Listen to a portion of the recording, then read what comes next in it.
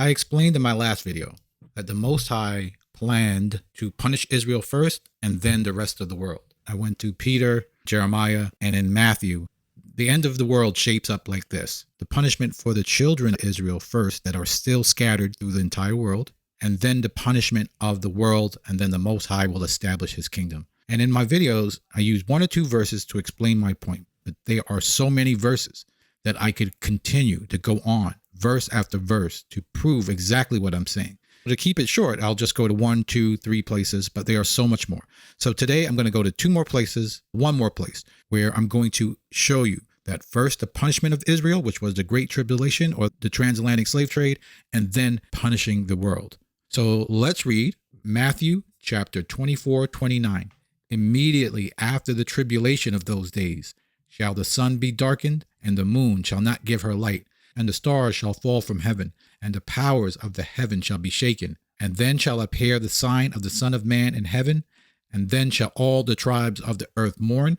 They shall see the Son of Man coming in the cloud of heaven with power and great glory. So first you have the tribulation, then immediately after the tribulation, now the tribulation has been 400 years and counting, then after the tribulation the sun shall be darkened, the moon shall not give her light, and the stars shall fall from heaven, and the powers of heaven shall be shaken. Like I've done it in previous videos where I explained that this is the war. This is all symbolism for war. Then shall appear the sign of the Son of Man in heaven, and then the tribes of the earth shall mourn. So there shall be a sign in heaven that signals his coming, and then he actually comes in the clouds, and these clouds are spaceships. They do not fly from heaven to here with wings. They travel in vehicles. That's what the clouds of heaven are. And they will be with super ships. This is what they call the Great Invasion, with power and great glory. And then you have the collection of Israel, verse 31, and he shall send his angels with the sound of a trumpet, and they shall gather his elect from the 4 winds, from one end of heaven to the other.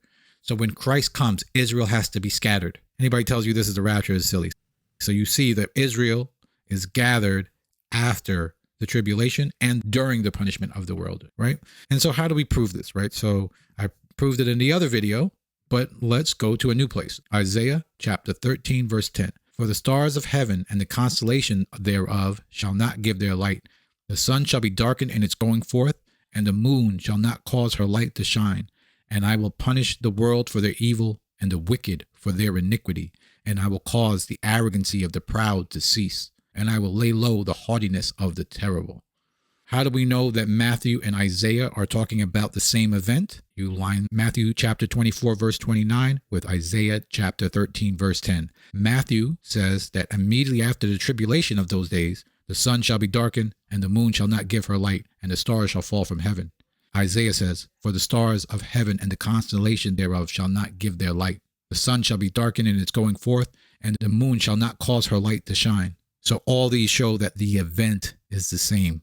Matthew says it sort of differently, which is the words of Yeshua himself, and then Isaiah with words from the Most High directly explains that these are 2 of the same event. And then you have verse 11, and I will punish the world for their evil. Once you line them 2 up, you put the 2 verses or the 2 places together, and you get a better idea of what will take place in that day. After the sign of the Son of Man appears, then tribes of the earth will mourn. Isaiah says, I will punish the world for their evil. So first, the punishment of Israel, then the punishment for the entire world.